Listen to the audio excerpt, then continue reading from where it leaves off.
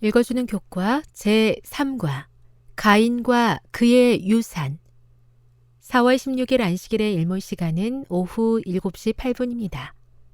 기억절입니다. 내가 선을 행하면 어찌 낯을 들지 못하겠느냐. 선을 행하지 아니하면 죄가 문에 엎드려 있느니라. 죄가 너를 원하나 너는 죄를 다스릴지니라. 창세기 4장 7절. 창세기에서 인간의 타락과 아담과 하와의 에덴 동산에서의 추방에 연이어 등장하는 내용은 주로 앞장에서 하나님께서 하신 예언의 성취로서 나타난 탄생과 죽음에 관한 이야기들이다. 창세기 3장과 4장은 유사성을 가지고 있는 장으로서 공통된 주제들과 단어들을 많이 포함하고 있다. 죄에 대한 묘사, 땅에 대한 저주, 그리고 추방에 관한 내용이 바로 그것이다. 이와 같은 유사성은 아담과 하와의 타락 이후 하나님께서 허락하신 예언의 성취를 강조하여 나타내기 위함이다. 에덴 동산에서 아담이 쫓겨난 후 가장 먼저 일어난 사건이었던 첫 번째 아들의 탄생은 소망으로 가득했다. 하와는 그 아들의 탄생을 메시아 예언을 통해 들었던 약속의 성취로 여겼다. 하와는 그 아이가 약속된 메시아가 될 것으로 생각했다. 이어진 사건들, 곧 가인의 죄, 람에게 죄, 수명의 감소, 그리고 죄악의 증가는 창세기 3장에서 언급된 저주의 성취였다.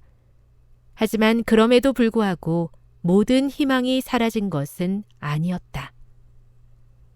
학습 목표입니다. 깨닫기. 하나님의 능력에 힘입어 죄를 다스리지 못하며 사는 것이 얼마나 무서운 것인지 깨닫는다. 느끼기. 인류가 갈수록 더 심각한 죄의 구렁텅이로 밀어넣는 죄에 대하여 진심으로 슬퍼한다. 행하기. 아무리 사소한 죄라 할지라도 날마다 하나님 앞에 내려놓고 깨끗한 마음으로 살기 위해 노력한다. 다음의 내용을 안교 소그룹 시간에 함께 토의해 보십시오. 1. 눈덩이 효과라는 말을 들어보셨나요? 가지고 있던 나쁜 습관이 시간이 흐를수록 더 악화된 경험을 나눠보세요. 2. 가인과 아벨의 이름의 뜻은 무엇이며 그 이름에 담긴 아담과 하와의 소망은 무엇이었습니까? 3. 하나님께서 아벨의 제물은 받으시고 가인의 제물은 거절하신 이유는 무엇입니까? 4. 하나님께서는 분노에 있는 가인을 찾아오셔서 무엇이라고 말씀하셨으며 그 의미는 무엇이었습니까? 5. 동생을 죽인 가인에게 하나님께서 찾아오셔서 던지신 질문의 중요성은 무엇일까요? 6.